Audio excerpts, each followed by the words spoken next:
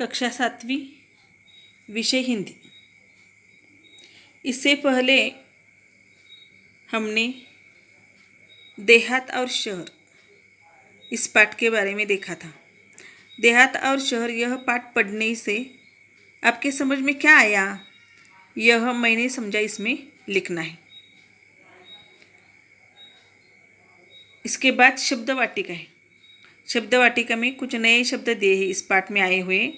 साझा करना, बांटना, रौनक, चमक दमक, व्यथित, दुखी, विख्यात, बहुत प्रसिद्ध, आबादी, जनसंख्या, चिलप्पो, शोर, यातायात का शोर, वाहनों की आवाज़। यहाँ कुछ मुहावरे भी इस पाठ में आए हैं। दुखड़ा रोना, दुख सुनाना, दीन दुनी रात चौगुनी उन्नति, तेज गति से विकास होना, चार चांद लगाना, शोभा बढ़ाना। तो ये जो मुहावरे हैं, इन मुहावरों का आपको वाक्यों में प्रयोग करना है। जैसे कि दुखड़ा रोना का मैं बताती हूँ। छोटी बहन अपने बड़े बहन के पास अपना दुखड़ा रो रही थी। इसी तरह मुहावरे का वाक्यों में प्रयोग करो। कहावत भी दिए यह इस पाठ में आई है। चिराग तले अंधेरा, योग्य व्यक्ति के आसपास ही अयोग्यता। यहाँ देखो, वाचन जगत से, यह आपके लिए सभी उपक्रम है। वाचन जगत से यानी कि आपको पढ़ना है। किसके बारे में? गांव संबंधी सरकारी योजनाओं की जानकारी पढ़ो और मुख्य बातें सुनाओ। या गांव के बारे में जो जो सरकारी योजना होती है उन योजनाओं की जानकारी पढ़ो और उसमें से जो मुख्य बातें हैं वह बताओ। अध्ययन कौशल, तो आपको यहाँ लिखना है वाचन जगत से गांव के संबंध में जो सरकारी जो जो योजनाएं हैं उन योजनाओं के नाम आपको लिखना है। और यहाँ अध्ययन कौशल यानी पढ़ना सीखना है। आपको क्या सीखना है? सुने हुए शब्दों की वर्णानुक्रम तालिका बनाकर संभाषण एवं लेखन में उनका प्रयोग करो। सुने हुए नए शब्द, इस पाठ में आपने जो जो नए शब्द सुने हैं वो पहले लिखो और इसके बाद उनका वर्णानुक्रम लगाओ।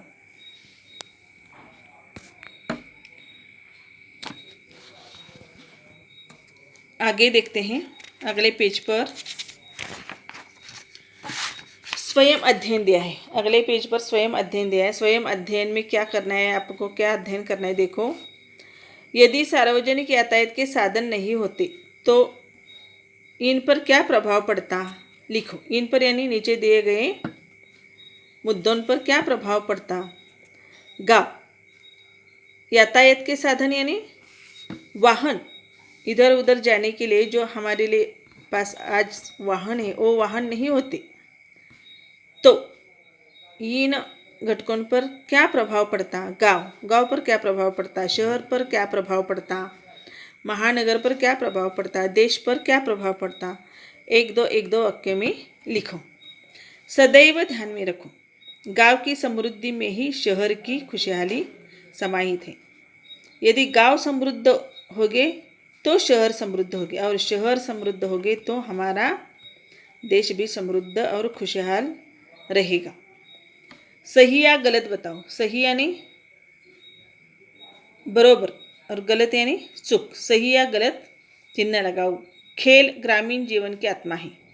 गांव में बीमारियां हैं पर पर्याप्त मात्रा में सुसज्ज और अच्छे अस्पताल हैं। कारण लिखो। दूसरा प्रश्न है, गांवों में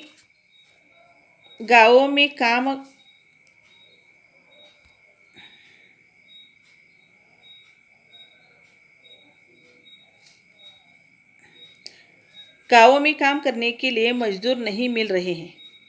क्यों नहीं मिल रहे हैं मजदूर? इसका कारण लिखना है। इस पाठ में दिया है इसका कारण। गाँव में मजदूर क्यों नहीं मिल रहे हैं? तो पाठ आपको पढ़ना होगा 2 बार अच्छी तरह से, तब आप इस प्रश्नों के उत्तर लिख सकोगे। शहर परेशान हो उठा। शहर क्यों परेशान हो उठा?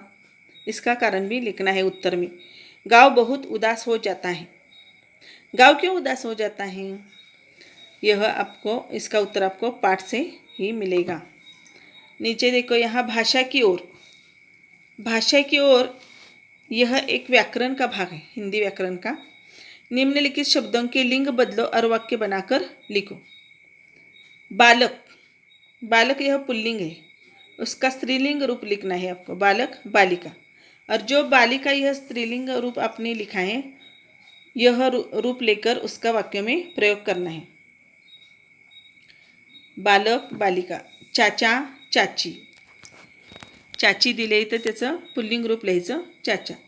अध्यापिका हे स्त्रीलिंग रूप आहे, त्याचं पुल्लिंग रूप काय लिहायचं अध्यापक।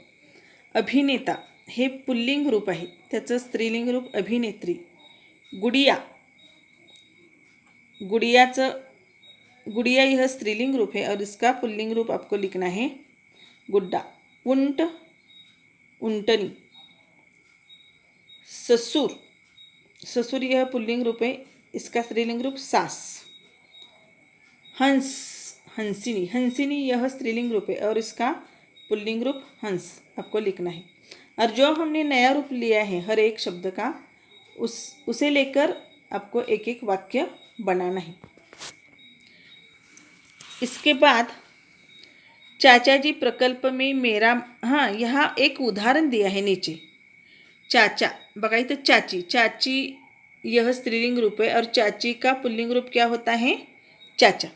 तो चाचा जी यह शब्द लेकर यहाँ वाक्य बनाकर दिखाया गया है आपको। उसी तरह बाकी के वाक्य भी आपको बनाना है। चाचा जी प्रकल्प में मेरा मार्गदर्शन करते हैं। ससुर, सास, सास क्या करती है, सास अपने बहू को अपनी बेटी जैसे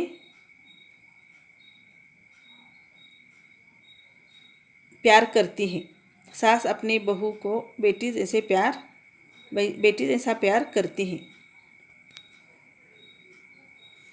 इसी तरह वाक्य में प्रयोग करो।